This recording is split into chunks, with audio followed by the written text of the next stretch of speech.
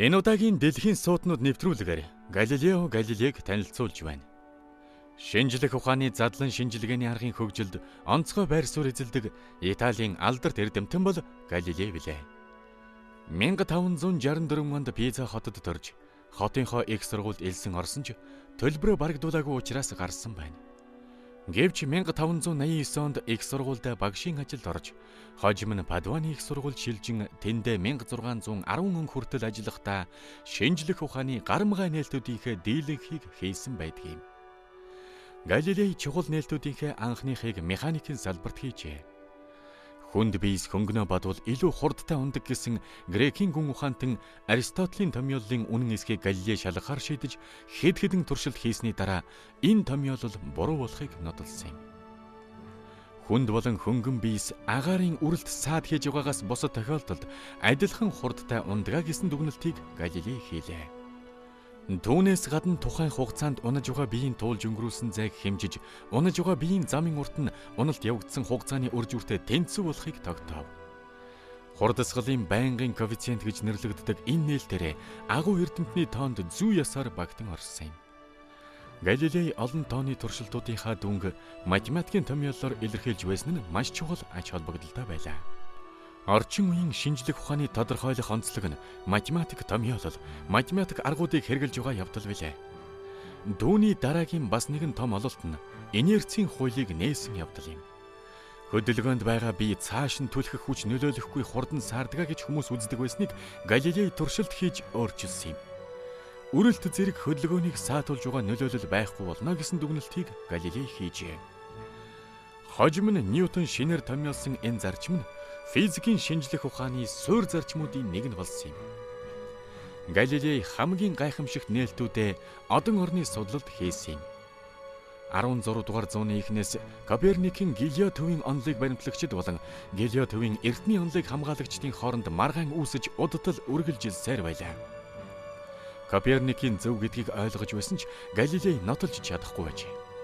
Тэгж байтал 1609 онд Голланд улсад телескоп зохион бүтээгдсэнийг Галилей дуулаад түүний ажиллах зарчмыг амаар яриулж угаад илүү боловсронгуй телескоп бүтээж туршилт хийсээр жилийн дараа цуврал нээлтүүдээ олон нийтэд танилцуулсан юм. Галилей сар руу дурандан ажиглалт хийж түүн дээр олон тооны галдуулын цар, өндөр уулс байна. Тэнгэр эргэсийн гадаргуу тэгш биш. Манай дэлхий шиг овн товнтой юм байна. Тэнгэрийн заацыг харсаар тэр бол манан будангаар битүү бүрхэгдсэн цул бие биш. Хүн энгийнүүдээр алсаас харахад нэг юм шиг харагдаж буй маш олон тооны одоос бүрддэг юм байна гэдгийг хүн төрлөختөнд ойлгуулсан юм. Тэржлэн бархас бод гаригийг тойрон түүний дөрвөн дагуул байнга эргэлддэг юм байна.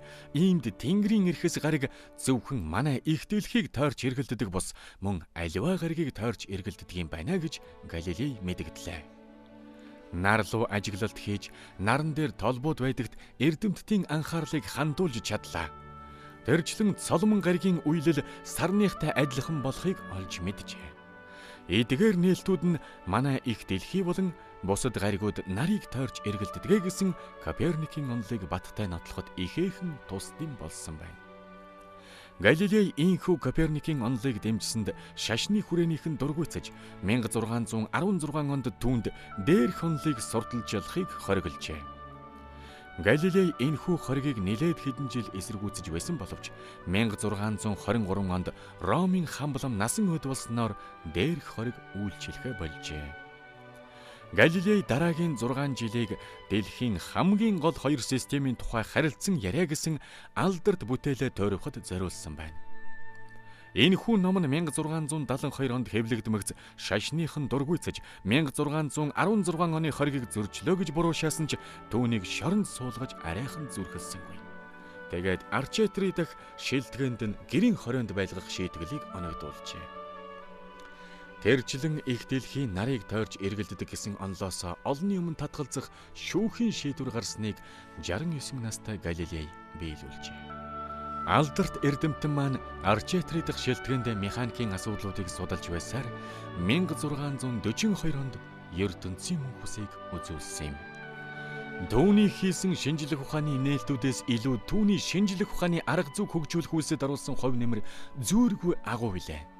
Түүнээс өмнөх үеийн Аристотелийн чиглэлийг барьсан гүн ухаантан эрдэмтэд өөрсдийн ажиглалтын чанар үзэгдлүүдийн ангилалд онцгой анхаардаг байсан бол Галилей аливаа үзэгдлийг судлахдаа үнэн бодит байдал тоон үзүүлэлтүүдийг эрхэмлэх болжээ. Тэр үеэс л тоон үзүүлэлтүүдийг яг таг тооцох нь шинжлэх ухааны судалгааны үндсэн арга болсон юм.